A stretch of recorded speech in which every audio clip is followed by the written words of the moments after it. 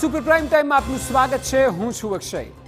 રાજ્યમાં આરોગ્ય તંત્રને સવાલ કરતા અનેક કિસ્સાઓ સામે આવ્યા છે અને જેમાંથી 3 કિસ્સા સૌથી મહત્વના છે। જે પ્રકારના સવાલો સામે ઉઠી રહ્યા છે તે ઘટનાઓ પણ એક બાદ એક આરોગ્ય વિભાગને સવાલ કરી રહી છે। ખ્યાતિકાંડમાં અત્યાર સુધી 112 દર્દીઓના મોત થયા છે અને આવા ખુલાસાઓએ ખળભળાટ મચાવી દીધો છે। તો સુરતમાં જાણે કે નકલી ડોક્ટર્સનો રાફડો ફાટ્યો હોય તેવી સ્થિતિ ઊભી થઈ છે। એક બાદ એક નકલી ડોક્ટર્સ પકડાઈ રહ્યા છે અને હવે તો નકલી ડોક્ટર્સ બનાવતી એક ફેક્ટરી જ જાણે કે ઝડપાઈ છે। તો વળી મહેસાણામાં નસબંધી કાંડે આરોગ્ય વ્યવસ્થા સામે સવાલ ઊભા કર્યા છે। આમાં ઘટનાઓ અનેક સવાલ ઊભા કરી રહી છે। આ તમામ ઘટનાઓમાં શિકાર રાજ્યના ગરીબ લોકો બની રહ્યા છે। ત્યારે આજે સુપર પ્રાઇમ ટાઈમમાં આ તમામ બાબતો પર વિસ્તારથી વાત કરીશું। જો કે શરૂઆત કરીએ બોગસ તબીબના લાઈવ પર્દાફાશથી।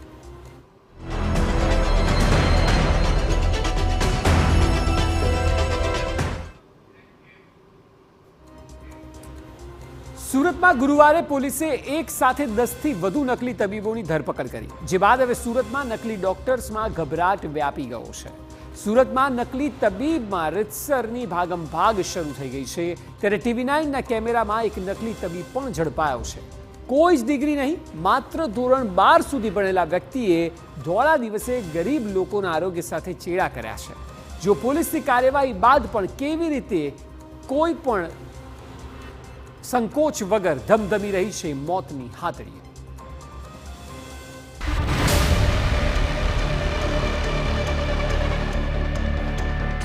બોગસ તબીબોમાં ફફડાટ,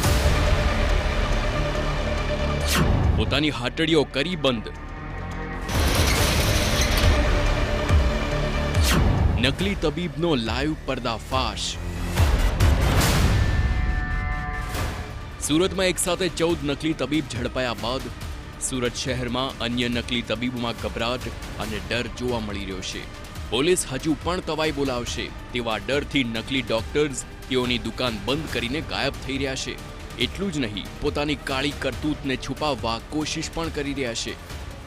ગતરોજ સુરત શહેર પોલીસ દ્વારા બોગસ ડોક્ટરો વિરુદ્ધ તવાઈ બોલાવવામાં આવી હતી અને એક સાથે 14 જેટલા બોગસ ડોક્ટરોને ઝડપી લીધા હતા અને તેઓ પાસેથી અલગ અલગ નકલી ડિગ્રીઓ પણ જપ્ત કરવામાં આવી હતી। પોલીસની કાર્યવાહી બાદ જે બોગસ ડોક્ટરો છે તેઓમાં ફફડાટ ફેલાઈ ગયો છે। કેટલી પોલીસની કામગીરીની અસર રહી તે જાણવા માટે TV9ની ટીમ દ્વારા સુરતના પાંડેસરા વિસ્તારમાં રિયાલિટી ચેક કરવામાં આવ્યું હતું। આ દરમિયાન જે ઘણા બોગસ ક્લિનિકો છે તે બંધ હતા અને એકલ દોકલ જે બોગસ ક્લિનિકો છે તે ચાલુ જ હતા। કોઈ પણ પોલીસ કે કાયદાના ખોફ વગર તે બિંદાસ રીતે હજુ પણ આ રીતનું પોતાનું જે બોગસ ક્લિનિક છે ચલાવી રહ્યા છે અને લોકોના સ્વાસ્થ્ય સાથે છેડા કરી રહ્યા છે। આ દ્રશ્યમાં તમે જોઈ શકો છો કે હાલ પોલીસના કાર્યવાહીના ડરથી જે ઘણા ક્લિનિકો છે તેઓએ પોતાના જે નેમપ્લેટ ઉપર છે તે ઉપર અલગ અલગ કલર કરવાનું પણ કામ કરી દેવામાં આવ્યું છે અને પોલીસની નજરે ન ચડે તે માટે છુપાવવાની પણ કોશિશ થઈ રહી છે। સીધા દ્રશ્યો જોઈ શકો છો કે પાંડેસરા વિસ્તારમાં જે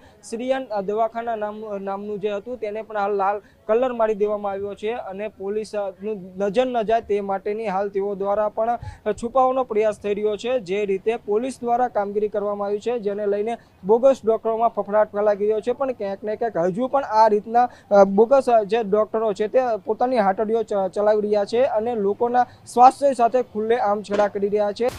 TV9ની ટીમે જ્યારે અલગ અલગ વિસ્તારોની મુલાકાત લીધી ત્યારે એક બોગસ તબીબ TV9ની ટીમને ઝડપાઈ ગયો।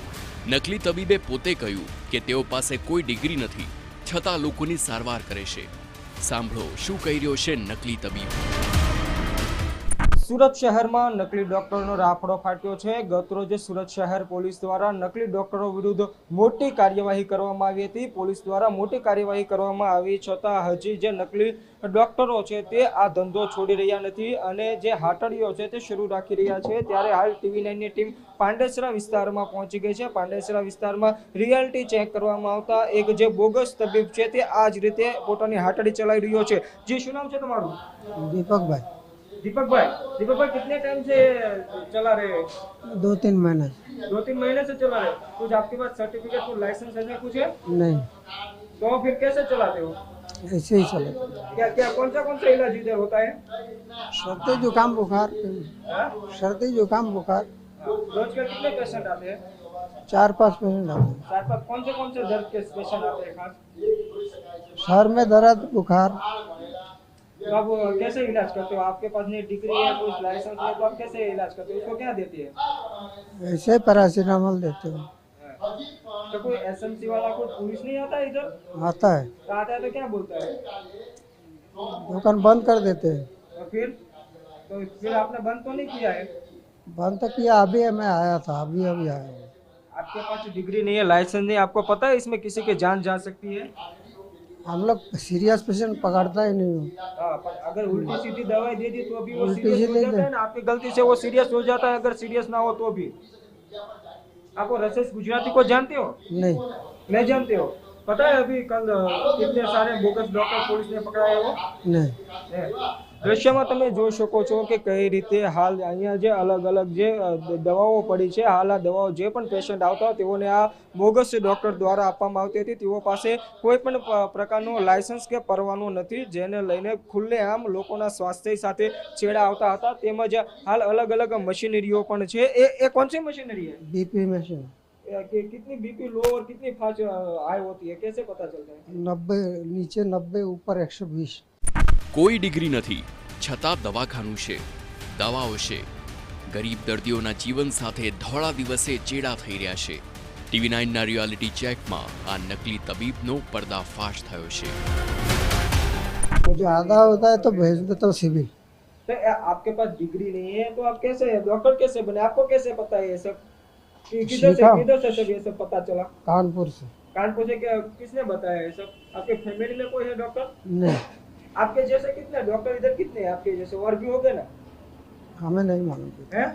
आप इधर जो दर्दी हो उसको आप बोतल भी ये बोतल भी लगाते हो, तो इसमें कौन सी दवाई आती है? मैं पोलिवियर डालता हूँ। आप बच्चों का इलाज करते हैं? नहीं, बच्चों का नहीं तो किसका इलाज करते हैं? बड़े लोग। बड़े लोग का। पुलिस की बीक में डर नहीं लगता कि अगर मैं ऐसा गलत धंधे कर रहा हूँ, अगर पुलिस आ गई तो मेरे पे कानूनी कार्यवाही हो सकती है? हाँ। हैं? रोज का कितना धंधा हो जाता है? अरे 200-300 रुपया का धंधा होता है। हैं?